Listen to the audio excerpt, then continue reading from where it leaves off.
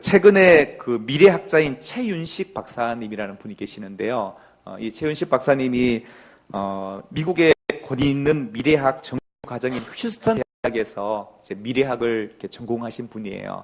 그런데 이분이 아시아계인으로서는 가장 최초로 이렇게 미래학에 대한 박사학위를 받으셔서 되게 호응을 받고 있는 분 중에 한 분이신데, 이분이 작년에 2020년과 2040년 한국교회 미래 지도라는 제목으로 책을 하나 이렇게 출간을 하셨어요. 그래서 이 책의 내용은 뭐냐면은 앞으로 다가올 한국교회의 미래와 변화에 대해서 그 대안을 제시하는 이렇게 내용들을 이렇게 기술을 했는데요.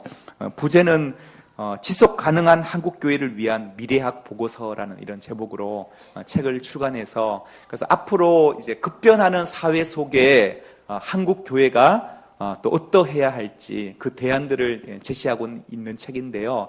이 책 내용 가운데서 특별히 주일학교에 관련된 내용이 있어서 좀 소개를 하려고 합니다. 이 책에서 얘기하고 있는 건 뭐냐면은 앞으로 중소도시의 주일학교는 거의 붕괴 직전에 놓였다라고 말을 하고 있고요. 특히 농어촌 같은 경우에는 다문화 가정의 아이들만 존재하고 있고, 작년은 수천 명, 수만 명이 넘지만 청소년과 어린이 부서는 1에서 한 3% 정도밖에 모이지 아니하는 기형적인 한국 교회들의 어떤 모습에 대해서 지적을 하고 있어요. 그런가 하면은 또 이분이 심각하게 다루고 있는 부분 중에 하나가 뭐냐면은 어린 아이들을 대상으로 하는 복음 전도가 잘 일어나고 있지 않는 현상에 대해서 이야기를 하고 있는 거죠. 그래서 아예 주일학교 전도율이 떨어지고 주일학교 출석률이 떨어지면서 뭐 시골 교회 같은 경우나 아니면 어떤 개척된 많은 교회들 가운데 보면은 아예 주일학교 자체가 없는 그런 교회들이 허다하게 많다라는 거죠. 이게 앞으로 점점 더 그런 추세로 가다가 보면 한국교회의 문제는 뭐냐면 어린아이들은 점점 줄어들고, 그리고 장년 세대들도 60, 70%에 해당하는 장년들이 대부분 은퇴를 하게 된 55세 이상의 장년이 앞으로 교회의 다수를 차지하게 될 날이 올 것이다라는 그런 전망을 하고 있어요. 그래서 이러한 전망을 우리가 이렇게 거슬려서 한국교회의 새로운 비전과 또 미래를 제시하기 위해서는 끊임없는 다음 세대에 대한 그러한 신앙교육, 그리고 복음 전도의 사역들이 필요하다라고 하는 그런 내용을 얘기하고 있는데요. 이분이 얘기하고 있는 큰 두 가지 축은 이거예요. 하나는 뭐냐면은 자연적 인구 감소로 인해서 어린아이들이 예전에 비해서 점점 줄어들고 있다. 그런가 하면 이 자연적 감소를 뛰어넘지 못하는 또 하나는 뭐냐면은 어린아이들을 대상으로 하는 복음 사역이 교회에서 활발하게 일어나지 않고 있다라는 거죠. 우리가 시근히 알 수 있는 건 뭐냐면은 교회도 그런 것 같아요. 예를 들면 작년 성도들이 교회에 더 많아지고 모이면 교회는 그래도 재정적으로나 여러 가지 부분에 있어서 안정된다라고 생각한다라는 거죠. 그래서 작년에게 투자하기보다는 어린아이들에게 교회가 투자하기보다는 오히려 작년 세대에 더 집중하는 교회들이 많지, 어린아이들은 오히려 소비로 생각한다라는 거죠. 그러다 보니까 어린아이들의 대상으로 한 교회 사역이 활발하게 일어나지 않고 있는 한국교회의 문제들에 대해서 지적하고 있는데요. 얼마 전 한 통계에 의하면은 세대별 복음화율을 이렇게 표현하고 있더라고요. 지금 한국교회의 40대 이상의 세대들은 한 20% 정도 그리스도인들이라고 해요. 그런가 하면 30대는 10%대 안팎으로 지금 확 떨어져 있다는 거예요. 교회의 30대 층의 젊은 층이 점점 사라지고 있는 현상. 그런가 하면 20대 층은 3.7%, 그리고 10대 층은 이제 주일학교 아이들이 있기 때문에 그나마 4% 정도 유지하고 있는데, 그러니까 중고청 대상으로 놓고 본다면은 복음화율이 거의 3%대까지 떨어져 있는 상황이기 때문에 이 수치면은 거의 우리가 선교학에서는 미전도 종족이라 그러거든요. 진짜 복음이 전해져야 될 선교의 절박한 지역을 지칭할 때 이 정도 수치를 나타낸다는 거죠. 그래서 그렇다고 본다면 지금 한국의 수많은 세계의 대형 교회들이 한국에 모여 있고 교회가 그렇게 많다라고 하지만 실제 우리의 현주소는 어떠하냐면 우리의 자라나는 다음 세대 아이들은 너무나 복음에 목말라 있다라는 거죠. 복음을 알지 못하는 아이들이 너무나 많다라는 거예요. 사실 수인이 오늘 처음 나온 친구가 어제 토요일 카페에 처음 이제 데리고 왔는데요. 태어나고 교회를 처음 와봤다 그러더라고요. 사실 이런 아이들이 정말 많아요. 한국에 교회가 이렇게 많은데 어떻게 교회를 처음 올 수 있냐? 우리는 그렇게 여기겠지만 정말로 주일학교 아이들, 그 다음에 중고등부 아이들 가운데서는 태어나서 아직 한 번도 교회를 나가보지 않은 아이들이 그만큼 많다라는 거죠. 그런 거 볼 때 우리가 얼마나 다음 세대 교육에 더 집중하고 또 헌신해야 할 것인가를 또 말해주고 있지 않나 생각해 보게 되는데요. 레슬리 뉴비긴이라는 선교사님이 계세요. 이분은 영국에서 태어나신 선교사님이신데요. 영국에서 태어나서 영국 교회가 이분을 파송해서 인도에서 거의 한평생 동안 자기의 생을 들여 복음을 전한 선교사님이에요. 그래서 이분은 인도에서 거의 한평생 절반을 보내면서 복음 사역을 하고, 그리고 나이가 들어서 은퇴한 나이가 되어서 자기 고국으로 돌아왔어요. 돌아와서 고국 영국 교회 한 신학교에서 복음을 전하는데, 말씀을 나누는데, 신학교에 앉아있는 자기 고국의 젊은이들이 나는 지금 예수 그리스도의 십자가를 얘기하고 있고 복음을 얘기하고 있는데, 그 말씀을 듣는 학생들이 너무나 이렇게 냉랭한 반응을 보이더라는 거죠. 아니, 요즘 시대에 무슨 십자가, 예수 그리스도를 부활을 얘기하고 이런 눈동자로 자기를 바라보고 있더라는 거죠. 이러면서 이 레슬리 뉴비긴 목사님이 뭐라고 얘기하시냐면은, 나는 지금 우리 고국 교회가 나를 파송해서 한평생 동안 인도의 선교사로 나를 보냈는데, 내가 한평생 인도에서 복음을 전하고 고국으로 돌아와 봤더니 지금 내 고국의 다음 세대들이, 내 고국의 젊은이들이 이렇게 복음으로부터 목말라 있고 복음을 알지 못하는 거의 성교국이 되어 있던 그런 영국의 사회를 바라보면서 이분이 도대체 선교라는 게 뭐냐? 선교라는 게, 지금까지 선교는 부흥했던 영국 교회가 돈을 모아서 미전도 종족으로 사람을 보내는 게 선교라고 생각했는데, 선교의 개념이 그런 게 아니구나. 지금 내 교국이 오히려 선교지가 되어 있는 그 상황에 대한 시각을 얘기한 거예요. 그러면 선교라는 게 멀리 있는 것이 아니라 내 주변에 사람들에게 내가 얼마만큼 복음의 영향력을 끼치며 살아갈 수 있느냐, 이것을 얘기했다라는 거죠. 보통 우리가 선교학에서 얘기할 때 중요한 개념이 하나 있는데, 그게 뭐냐면은 템포리 윈도라는 거예요. 이거 템포리 윈도라는 건 뭐냐면은, 우리가 전 세계 지도를 놓고 봤을 때 위도 10과 40 그 사이에 있는 창 안에 있는 그 지역에 전 세계 인구의 3분의 2가 살고 있는 지역이에요. 그런가 하면 이 지역 가운데서 예수님을 믿지 않는 미전도 종족이 가장 많이 모여있는 밀집 지역이라는 거죠. 그래서 루이스 부시 목사님이 이게 1990년도에 템포리 윈도를 얘기하면서 선교를 여기에 집중해야 된다는 얘기를 하셨어요. 그런데 그분이 이제 20년이 지난 이제 2010년도 한국에 와서 어떤 걸 얘기했냐면은 폴포틴 윈도라는 새로운 개념을 얘기했어요. 이게 뭐냐면은, 이제 전도는 10, 40 창에 있는 하나의 지역적인 선교 개념으로 가야 될 것이 아니다. 지금 우리의 선교적 과제는 뭐냐면은, 내 4세에서부터 14세의 아이들을 대상으로 해서 신앙 교육을 하고 복음을 전하지 아니하면 선교에 효과가 나타나지 않는다라는 거죠. 그래서 보통 이렇게 심리학자들은 얘기하기를 4세에서 14세의 아이들이 복음을 가장 수용적으로 잘 받아들이는 나이라고 해요.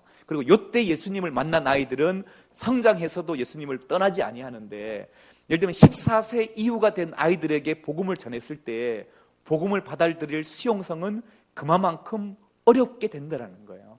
사실은 저도 이제 어른 대상으로 복음을 이렇게 전하다 보면 확실히 그런 게 있더라고요. 어릴 때 저분이 신앙생활을 해본 경험이 있다던가, 그래서 어릴 때 신앙교육을 받았고 주일학교를 다녀본 분들은 말씀을 나눠보면 되게 수용적이에요. 잘 받아들이세요. 한동안 방학은 길었지만, 아마 준상이 엄마가 그런 케이스가 아닐까 싶은데, 그죠? 한동안 방학은 있었지만 그래도 뭔가 마음속에는 내가 이렇게 살면 안 되는데, 언젠가 교회를 가야 되는데 기회가 오지 않는 거예요. 근데 기회가 왔잖아, 그죠? 기회가 왔어요. 이런 경우. 그렇지만 어릴 때부터 한 번도 교회를 다녀보지도 않았고 복음에 대해서 들어보지 않는 사람에게 복음을 전했을 때 그 사람이 복음을 수용적으로 받아들일 확률은 거의 없다라는 거예요. 그런 의미에서 우리가 어린아이 때부터 하나님의 말씀을 가르치고 바른 신앙의 교육을 시켜나간다는 게 얼마나 중요한가를 또 일깨워주는 부분이 아닌가 싶습니다. 우리가 이스라엘 역사를 공부할 때요, 사사시대를 400년의 암흑기라 그래요. 400년 동안 이스라엘 백성들은 하나님을 제대로 경외하지 못하고 맨날 전쟁 때문에 힘들어하고 하나님을 떠나 있고 암흑의 시절을 보냈어요. 그 400년 암흑에 대해서 사사기서는 어떻게 얘기하고 있냐면 2장 10절에 이렇게 말합니다. 읽겠습니다. 시작. 그 세대의 사람도 다 그 조상들에게로 돌아갔고 그 후에 일어난 다른 세대는 여호와를 알지 못하며 여호와께서 이스라엘을 위하여 행하신 일도 알지 못하였더라. 아멘. 저는 이 글을 읽을 때마다, 이 말씀을 읽을 때마다 앞으로 우리 한국교회가 이런 모습이 되지 않을까 싶어서 사실 가슴이 아픈 거예요. 지금 이스라엘 백성들은 여호수아 때부터 모세의 시절, 여호수아의 시절, 그 시절은 이스라엘 민족이 홍해를 건너고 가나안의 수많은 민족과 전쟁에서 하나님께서 이기게 하시고 승리를 맛보게 해주셨단 말이에요. 그런데 여호수아가 죽고 그 시대의 장로들이 죽고 난 다음에 그 다음 세대가 등장하는데 그 자녀 세대들은 여호와를 알지 못하였다라는 거예요. 여호와 하나님께서 이스라엘을 위해서 어떤 일을 행하였는지도 알지 못하는 세대가 등장해서 결국은 이스라엘은 400년의 사사시대의 암흑기를 맞이할 수밖에 없었다라는 거죠. 그렇다고 한다면 왜 다른 세대가 등장했냐라는 거예요. 믿음의 부모 밑에서 자녀들이 태어났는데 왜 그 다음 세대들은 하나님을 알지 못했는가? 저는 그 원인은 한 가지밖에 없다고 생각해요. 부모가 자녀에게 자기가 만난 하나님을 제대로 알려주지 않았기 때문이라는 거죠. 부모 세대가 자기가 경험했던 그 하나님을 자녀들에게 바르게 양육해 주지 않았기 때문에 이스라엘은 위기에 봉착할 수밖에 없었다는 거죠. 저는 한국교회가 지금의 이 많은 미래학자들이 얘기하는 이 위기를 극복할 수 있는 방법은 다른 데 있는 것이 아니라 부모가 정말로 자녀들에게 내가 만난 하나님을 바르게 양육하는 그 부모의 책임을 회복하는 일에서부터 시작되어야 한다라고 생각합니다. 그런 의미에서 저는 이제 은혜숲 교회를 개척하면서 사실 이 시대의 가장 힘든 부분이 저는 가정이라는 거, 무너져가는 가정들의 아픔을 바라보면서 가정을 건강하게 회복해야 되겠다. 그리고 또 한 가지, 무너져가는 우리의 다음 세대를 바라보며 다음 세대를 살려야 되겠다. 이 두 가지 비전을 가지고 한번 읽어볼까요? 시작. 가정을 살리고 다음 세대를 세우는 교회, 이 비전을 잡은 거예요. 하나님이 주신 비전이에요. 그런데 이 비전을, 두 비전을 놓고 기도할 때마다 하나님이 깨닫게 하시는 건 뭐냐면은, 야, 가정과 다음 세대, 우리 자녀라는 거는 아주 밀접한 상관성이 있더라고요. 연관성이 있다는 거죠. 왜냐하면 건강한 가정에서 자란 자녀들은 건강하게 성장하는 거예요. 믿음의 가정 안에서 자라나는 아이들은 믿음 안에서 바르게 자라나더라는 거죠. 그런 의미에서 볼 때 이 두 가지는 따로 갈 것이 아니라는 거죠. 그래서 우리가 지금 시작하고 있는 은혜 가족 모임, 가정 중심으로 모이는 그 공동체도 저는 지향하는 게 뭐냐면은, 지금까지 많은 교회들은 엄마들 따로 모이고 또 남편들 따로 모여서 구역 예배식으로 모임을 가졌었는데, 그것이 아니라 부부가 함께 하나로 모이고, 그리고 여자의 리더십보다는 영적인 남편의 리더십을 세워주면서 가정이 말씀 안에 견고하게 세워질 때에 저는 거기에 희망이 있다고 보는 거예요. 그런 의미에서 우리가 가정교회를 지향해 나갈 때 남편의 영적 리더십을 세워주고 또 가정이 함께 어우러질 수 있는 공동체, 그래서 부부가 소통이 이루어지고, 그리고 각 가정으로 돌아가서는 각 가정이 하나님 앞에서 예배하는 가정, 그래서 가정 예배가 늘 깨어있는 가정들, 그럴 때 저는 가정 예배가 다른 게 아니라고 생각해요. 가정 예배는 하나님과 우리의 가정이 소통하는 자리고, 그리고 아내와 남편이 소통하는 자리고, 부모와 자녀가 소통하는 자리, 그것이 바로 가정 예배가 되어야 된다는 거죠. 그런 사역들을 지금 이루어가고 있는데요. 그런 의미에서 가정과 다음 세대 우리의 자녀는 함께 가야 한다. 우리가 이달에 읽은 책이 사실 가정사역 패러다임 시프트라는 이 책인데요. 사실 이 책을 오늘 좀 얘기를 하려고 해요. 이 책을 한마디로 요약해서 얘기하라면, 이 책에서 얘기하고 있는 단 한마디는 뭐냐면, 따라해 봅시다. 자녀의 신앙 교육에 1차적 책임은 부모에게 있다. 여러분, 이 말을 여러분 어떻게 생각하세요? 공감하세요? 내 자녀의 신앙 교육의 1차적인 책임은 목사님도 아니고 교회 학교도 아니고 부모에게 있다라는 거죠. 가정이 내 아이의 신앙교육의 가장 1차적인 책임이다라는 것을 일깨워주는 책이 바로 저는 이 책이라고 생각해요. 어떻게 그게 가능하게 할 것인가, 거기에 대한 내용을 소개하고 있는데요. 여러분, 한 남자가 있었어요. 이 한 남자가 오랫동안 한 여인을 너무너무 마음속에 사랑한 거예요. 그래서 하루는 용기를 내서 그 여인에게 찾아가서 청혼을 했어요. 내가 당신을 사랑합니다. 내 마음을 받아주시오 라고 얘기를 했어요. 그러니까 그 여인이 하는 말이, 내가 당신을 처음 보는데 어떻게 당신의 마음을 알 수 있냐고. 앞으로 100일 동안 나를 위해서 우리의 집, 내 방 창문이 있는 그 밑에 와서 장미꽃을 한 송이 들고 와서 나를 위해서 밤을 새워준다면 내가 당신의 마음을 받아주겠소라고 얘기를 한 거예요. 그래서 매일 밤 장미 한 송이를 들고 그 여인의 창가에 밤을 지새우는 남자를 이 여인이 바라본 거예요. 그리고 99일째가 됐어요. 그날따라 막 비가 폭포수같이 오고 막 어두컴컴하고 천둥이 치는 그런 날 밤이에요. 그날도 혹시 그 남자가 있나 싶어서 창밖을 내다보는데 어김없이 한 남자의 뒷모습이 보이는 거예요. 그리고 장미꽃을 들고 밤을 지새우고 있는 거예요. 그래서 이 여인이 너무 감동을 받은 거죠. 아니 도대체 나 같은 사람을 누가 이렇게 사랑해 줄 수 있단 말이야. 99일씩이나 지금 오늘 비가 내리고 천둥이 치는 이날도 나를 위해서 장미꽃을 들고 온 그 남자에게 내 마음을 줘야 되겠다 마음을 생각하고 내려갔어요. 내려가서 그 남자를 뒤에서 이제 백허그를 한 거죠. 하고는 이제 더 이상 기다리지 않아도 된다고, 내가 당신의 마음을 받아주겠다라고 얘기를 했어요. 그러니까 그 남자가 막 이렇게 손을 빼면서 떨리는 목소리를 얘기하는 거예요. 저는 알바생인데요. 뭔 의미인지 아시겠어요? 그러니까 여러분, 한 여인의 마음을 빼앗기 위한 이 구애는 돈으로 살 수 있는 게 아니잖아요, 그죠? 누군가 대신해 줄 수 없는 거라는 거죠. 아마 돈 있는 남자가 알바생을 써서 99일 동안 그 자리에서 꽃 들고 서 있게 했는가 봐요. 우리가 살아가면서 내가 반드시 해야 될 일이 있다는 걸 이 책에서는 얘기해요. 남이 대신해 줄 수 없는 거. 예를 들면 아내와 데이트를 해야 되는데 내가 바빠서 다른 이웃집 아저씨한테 대신 데이트 해달라고 할 수 있나요? 없잖아, 그죠? 그런 것처럼 우리가 자녀를 믿음 안에서 양육하고 신앙교육하는 것은 누군가에게 대신 맡길 일이 아니라는 거예요. 1차적인 책임은 누가 갖느냐? 바로 부모가 가져야 된다라고 이 책은 분명히 말하고 있다라고 하는 사실이죠. 2003년도 미국의 통계인데요. 미국 통계에 보면은 그리스도인 부모들의 85%가 자녀의 영적 성숙을 부모가 책임을 져야 된다라고 말을 한다고 해요. 그런데 실제 그 사람들의 삶을 들여다보면 그 사람들이 하는 일은 뭐냐? 주일날 애들을 차에 태워서 주일학교에 보내는 일밖에는 하지 않는다라는 거죠. 대부분의 가정의 부모들이 그러하다라는 거예요. 이게 문제라는 거죠. 오늘 우리가 읽은 본문 말씀에 보면은요, 6절, 7절에 이렇게 말하죠. 같이 읽겠습니다. 시작.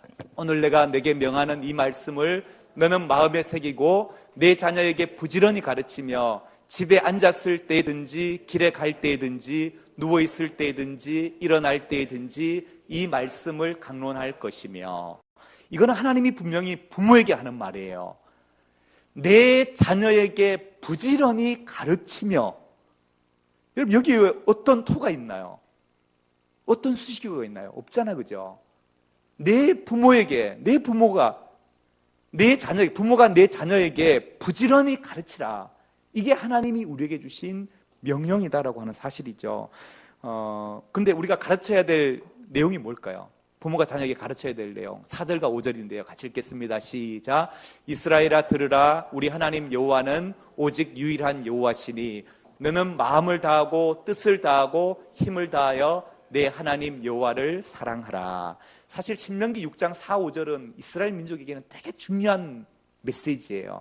이 말을 이스라엘 민족은 쉐마라고 얘기를 하거든요. 쉐마. 보통 우리가 요즘 쉐마 교육 얘기를 많이 하잖아요. 쉐마라는 이 말의 의미가 뭐냐면 이게 히브리어인데요. 쉐마.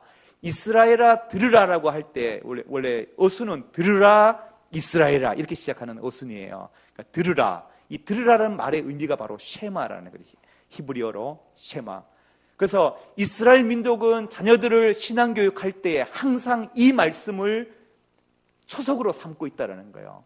이스라엘의 모든 가정은, 부모들은 자녀들에게 무엇을 가르쳐야 되냐면 하나님이, 우리 하나님 여호와가 유일한 여호와라는 거죠. 유일한 신이다. 하나님이 이 우주 만물을 창조했는데 이 우주 만물에 또 다른 신이 누가 있을 수 있냐라는 거죠.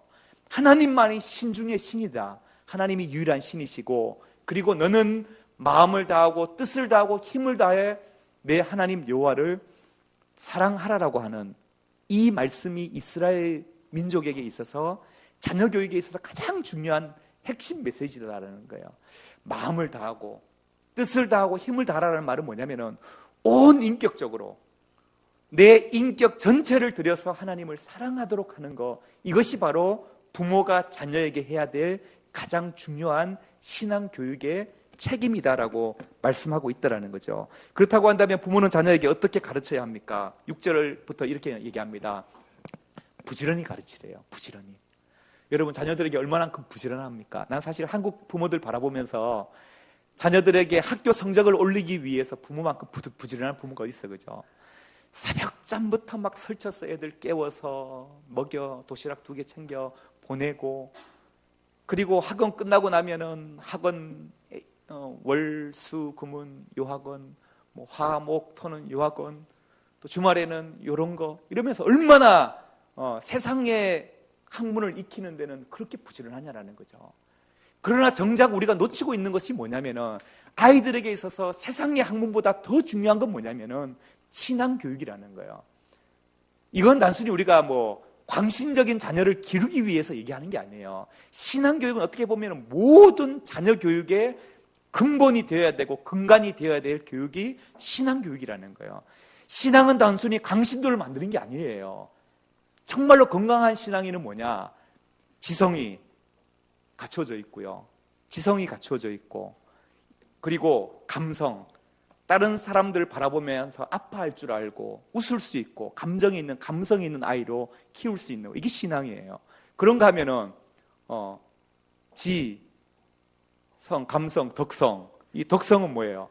덕성은 사람과의 관계 안에서 얼마만큼 좋은 관계를 맺으며 살아갈 수 있게 하느냐, 이 덕성. 그러니까 지성, 감성, 덕성이 함께 어우러질 때 우리는 건강한 그리스도인이라고 얘기하는 거예요. 그렇다고 한다면 우리가 자녀를 신앙 교육한다라고 할 때 첫 번째는 뭐냐면 우리 아이가 하나님을 인격적으로 만나게 하는 것이지만, 그 다음 단계는 뭐냐면 그 아이가 지성적으로나 감성적으로나 덕성적으로 정말로 풍성한 아이로 자랄 수 있도록 하는 게 신앙 교육의 핵심이라는 거죠.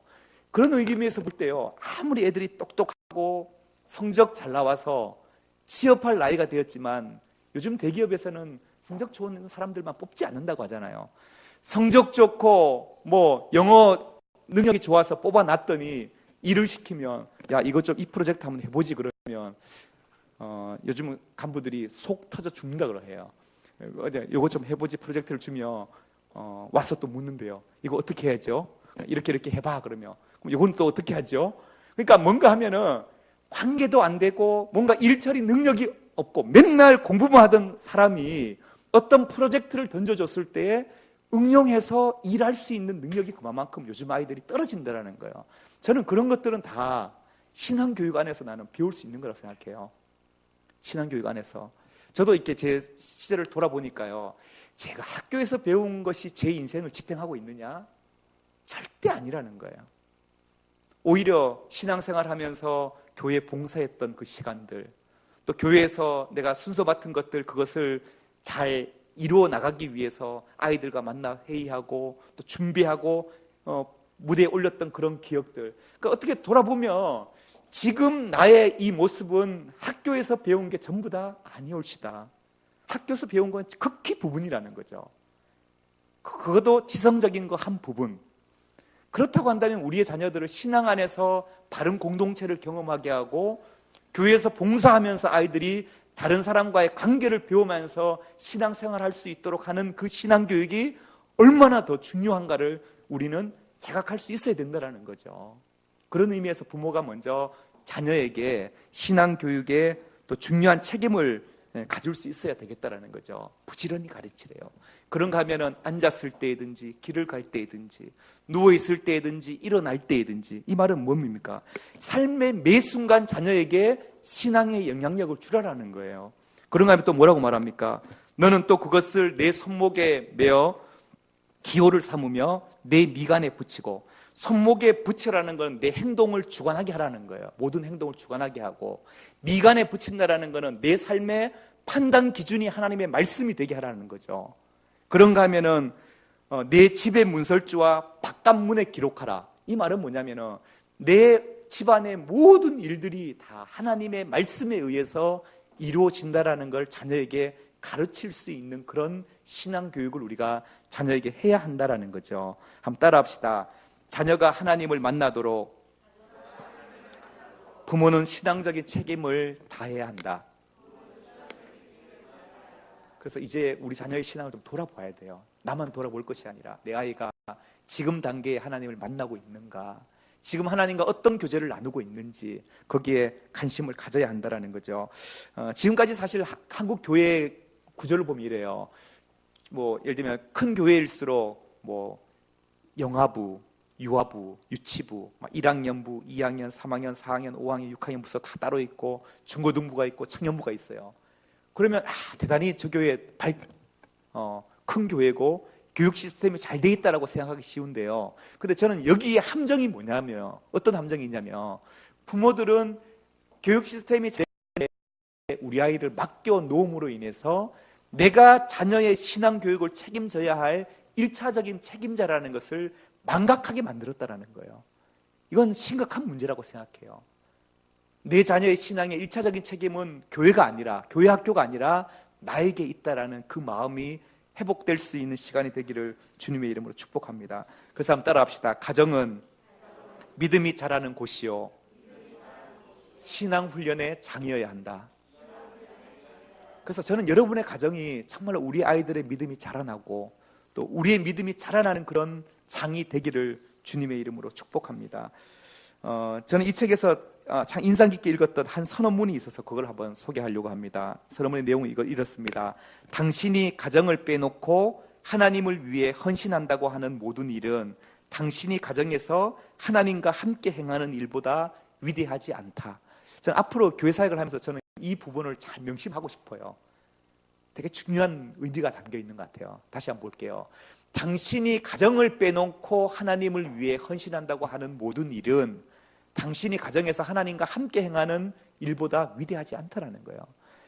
그러니까 많은 교회들이 교회 생활하느라 막 바빠서 애 팽개치고 집안일 팽개치고 교회만 매달려 살아가는 그런 성도들을 양산하잖아요. 그런데 그렇게 해서 절대로 건강한 가정이 세워지고 건강한 공동체가 세워지지 않는다라는 거예요. 교회에서는 그 사람이 아무리 봉사를 열심히 하고 교회에서는 많은 사람들로부터 열심히 있는 집사님이라고 칭찬 들을지 모르지만 정작 그분이 집에 갔더니 집안은 엉망인 거예요.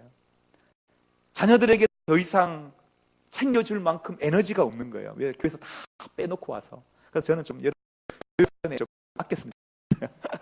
아껴요. 아껴서 교회에서 물론 봉사하는 거 중요하죠. 봉사해야죠. 열심히 섬기지만, 그러나 집에 돌아갔을 때 내가 가정에서 내 자녀를 위해서 또한 남편과 아내를 위해서 섬겨야 될 에너지를 남겨놓고 가셔야 된다는 거죠. 이게 건강한 가정이라는 거죠. 그래서 가정을 빼놓고 아무리 위대한 헌신을 한다 할지라도 가정이 빠져 있는 것은 소용없다는 거죠. 무의미하다라는 거 명심했으면 좋겠고요. 그래서 사실 이 책에서 저자가 3가지 가정 사역에 대한 관점을 얘기하는데, 첫 번째는 치유 상담 정도 하는 그런 사역이 있다고 해서 가정 사역이 아니다라는 거예요. 예를 들면 상담해주고 그런다고 해서 가정 사역이 아니다. 또 다시 저 교회는 가족과 같은 그런 교회다, 이런 이미지만 가지고도 가정 사역하는 교회라고 할 수 없다라는 거예요.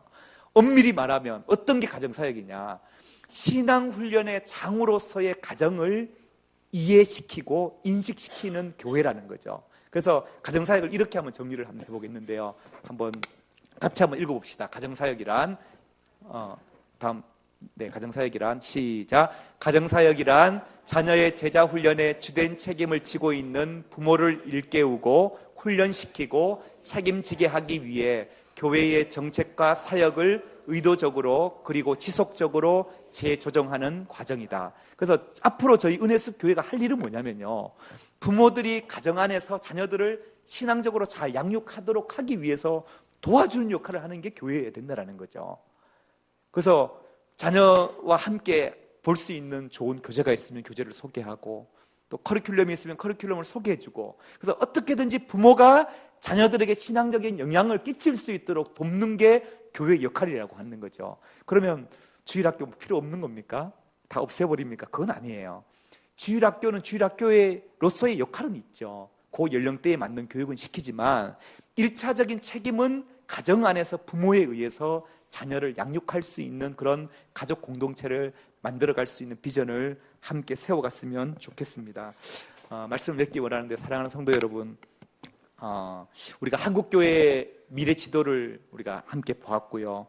또 앞으로 2040년, 그리고 많은 사람들이 2050년이 되면 한국교회가 지금의 절반 정도로 줄 거라고 얘기를 해요. 한 10분의 1, 한 10%가 될 거라고 얘기하는데, 그러나 그것보다 저는 더 심각한 현상은 많은 어린아이 세대들이 교회를 떠나면 어떡할까?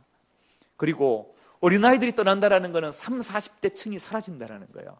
정말로 교회 안에 60, 70%에 해당하는 55세 이상의 노년층만 교회를 구성하고 있다고 한다면 얼마나 교회의 영향력이 떨어지겠냐라는 거죠. 그런 의미에서 우리는 다시 한번 다음 세대에 대한 비전을 품을 수 있는 저와 여러분이 되기를 주님의 이름으로 축복합니다. 그래서 이걸 현상을 바라볼 때 어느 교회를 탓할 것도 못 된다고 생각해요. 사회를 탓할 것도 못 되고, 중요한 건 나부터가 우리의 자녀들을 믿음 안에서 바르게 양육하고 성장시킬 수 있는 부모가 되게 하여 주옵소서라는 그런 마음으로 우리가 주님 앞에 결단하며 나가는 시간 가졌으면 좋겠습니다. 우리 그런 마음으로 우리 이 찬양 한번 불렀으면 좋겠는데요, 우리 오늘 눈물로라고 하는 이 찬양입니다. 우리가 자녀들을 믿음 안에 세워나간다는 것은 한 알의 씨를 심는 일과 같다라고 생각합니다. 우리가 이 마음으로 함께 찬양하겠습니다.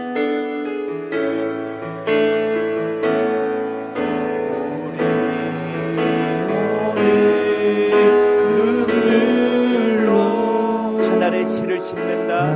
나의 씨앗을 심는다. 꿈꿀 수 없는 무너진 가슴에, 꿈꿀 수 없어 무너진 가슴에 저를 밟고 고단하도록 우리 함께 땀 흘러 소망의 길을 만든다. 내일로 가는 길을 찾지 못했던 저들 노래하며 달려갈 그 길, 그날에 우리 보리라. 그날에 우리 보리라. 새벽 이슬 같은 저들 일어나 뜨거운 가슴 사랑의 손으로, 뜨거운 가슴 사랑의 손으로 이 땅 치유하며 행진할 때 오래 황폐하였던 이 땅 어디서나 순결한 꽃들 피어나고 푸른 의의 나무가 가득한 세상, 우리 함께 보리라. 한 번 더 그날에 우리 보리라. 그날에 우리 보리라.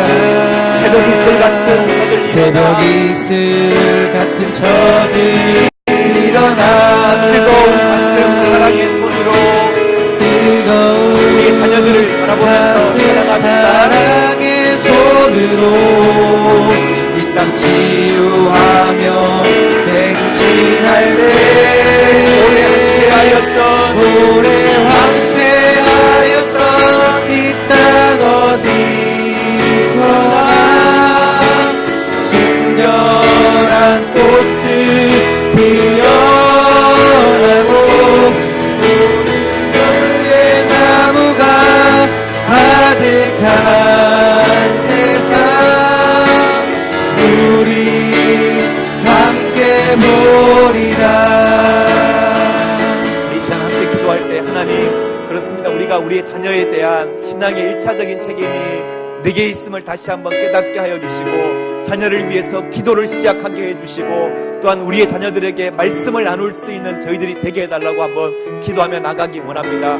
또한 우리의 자녀들은 하나님, 나의 믿음이 정말로 이 세대에 하나님 아버지 한국교회 다음 세대의 위기를 바라보면서 그 위기를 돌파할 수 있는 그러한 부흥의 세대들로 나를 사용해 달라고 우리 함께 한번 기도하며 나가기 원합니다. 기도하겠습니다. 오 하나님 아버지, 은혜를 감사합니다.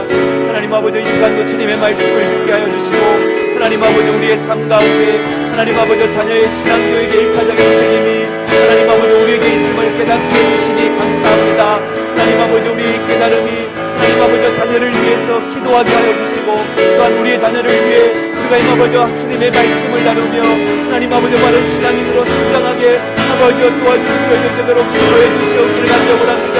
하나님 아버지, 우리 안에 더욱더 우리 자녀들을 사랑할 수 있는 마음을 부어주옵소서. 우리 자녀들이 믿음 안에 아버지 성장하고 자라나게 하여 주옵소서. 이 자리에 있는 우리 아버지 젊은이들 붙들어 주옵소서. 저들이 하나님의 꿈을 꾸게 하여 주옵소서. 하나님의 비전을 품는 자녀들 되게 하여 주옵소서. 하나님 아버지, 저들이 아버지 이 땅 가운데 하나님 아버지 부흥의 세대들로 하나님 앞에 쓰임받는 아버지 아이들 되도록 인도하여 주옵소서. 세상을 뛰어넘게 하여 주옵소서. 세상을 이길 수 있는 자녀들 되게 하여 주옵소서. 하나님 아버지 바른 믿음 안에서 자라가도록 우리의 자녀들의